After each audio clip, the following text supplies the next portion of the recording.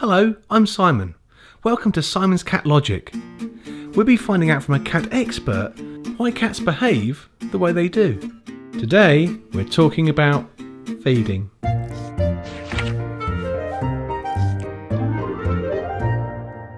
Well, food and getting fed is such an important thing in a cat's life that I had to do a film about it.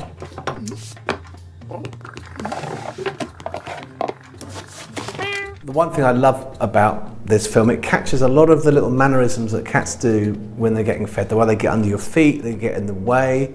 They're so impatient to be fed that there's loads of comic value there to use in a film. Like most animals, cats are very clued up into the things that happen immediately before they're fed.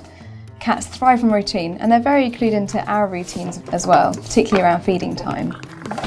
Some cats are so clever, they can make associations between particular noises and the association of food. There's one cat I can think of, for example, that knows the particular sound of tuna.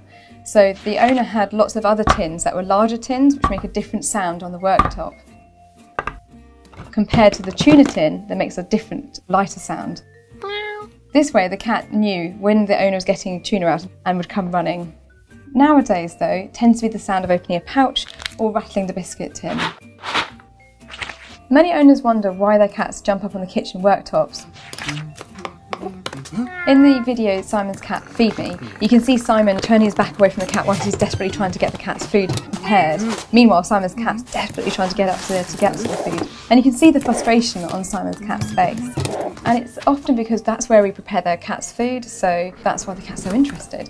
Equally, we may have other items up on the kitchen worktop, such as a freshly cooked chicken, that's just too tempting for that cat. So what I'd recommend is actually preparing the cat's food in a different location, perhaps even on the floor close to the cat's food bowl, to stop them jumping up on the kitchen worktops. Cats have an aversion to citrus, so be careful with the sorts of things you use to clean their food and water bowls with. And also, most cats really don't like air fresheners, particularly citrus-scented ones. You can make feeding much more fun by giving them items like feeding enrichment. Now this is where we introduce sort of enrichment toys, if you like, ways of giving cats food other than in their bowl, so it's much more interesting for them, so they can use their brains. I want to start off nice and simple, like Buddy here, he's got a cardboard egg box. This has got dry food in it, so part of their daily allowance. As you can see, it uses the cat's different senses and also provides mental stimulation. So this is a really easy one to start off with, and you can see here that Buddy's got the hang of it straight away. You can then build up in complexity of feed enrichment items. So from there you could use a toilet roll pyramid. This is where you've got the sort of inner cardboard tubes from the toilet rolls and you sellotape them together to form a pyramid, and then you put some of their dry food into the tubes. Now with feed enrichment, it is important to actually show the cat how to use it. So just pop your fingers inside the tubes, pour out the biscuits, give it to the cat.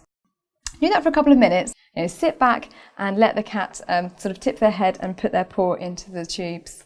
It's a lot of fun, trust me, it's worth it.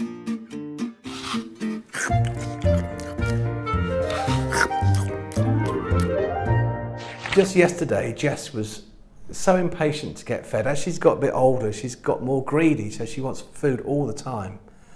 And she started jumping up onto the counter to almost snatch the food before I had a chance to put it down.